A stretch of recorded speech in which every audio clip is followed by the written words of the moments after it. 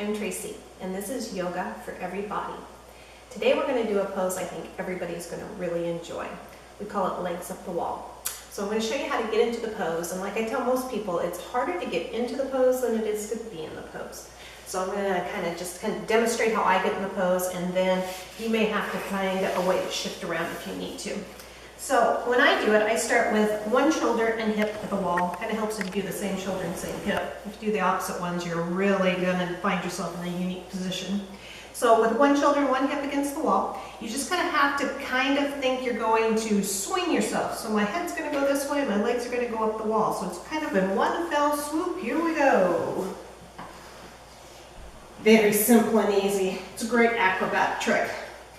Now, if you should find that it didn't work so well for you and you find yourself way out here, no problem. All you have to do is just kind of shimmy and shake yourself up to the wall. If you have really tight hamstrings, you may find that your sit bones, the bones in the bottom of your butt, don't quite reach the wall. That's okay. You don't have to be right up against the wall, but if you can get as close to that wall as you can, that's kind of the goal. So when you're here, you may need a slight little bend in your knees if those hamstrings are tight. If you can straighten out the legs, you're having a good day. So why are we doing this pose? And why do I love it so much? I love it because it kind of gets you in this upside down position. So when you've had one of those days when you're walking around a lot, it kind of helps take some of that compression off your feet and your ankles and things like that. It also is what we call a restorative pose. So you're kind of doing yoga without really doing anything at all. You can be in this position, and if you can kind of put your breath down here in your pelvis and hips, it passively opens up your lower back, your sacrum, and the back of your legs without you really having to do anything at all other than just kind of lie here. So as you're here, it's just really, like I said, it kind of gets you in that upside down position. So it's an inversion where the blood's flowing in the opposite direction. It's a very relaxing pose. If you've had a long day, this is a great one if you're out traveling and you spent the whole day out sightseeing. You can kind of come back to your hotel room, get those legs up the wall, and get the blood flowing in the opposite direction. If you've been sitting on a plane all day, this is another wonderful one.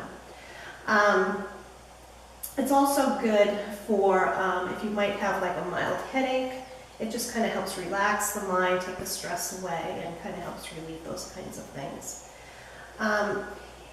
Sometimes for people in this position, they may have a little bit of, it's a little not too comfortable on that lower back.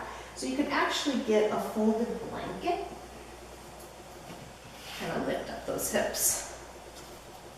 You put a folded blanket underneath your hips.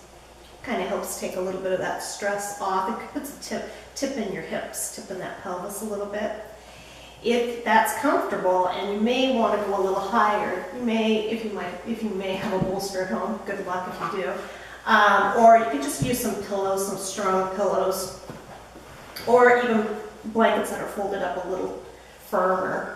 And you get up a little higher, and that just kind of gets you more in that inversion position, get you those hips tilted a little higher, and it just really takes the pressure off of the sacrum and hip area. So this is legs up the wall. You can kind of hang out here as long as you'd like. If your feet start to go numb or start getting those tingles, but you're really not ready to get out of the pose yet, you're really loving what's happening in your lower back and your sacrum, you can just do, crisscross applesauce and just go ahead and remain here for a little longer.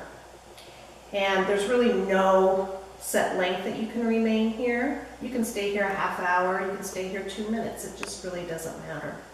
So it's just one of those great positions to be in when you've just need to get some of that weight off of your legs.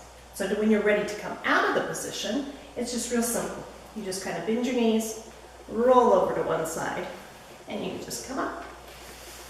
So I hope you really try this position at home from time to time. Thanks for joining us. I'll see you next time.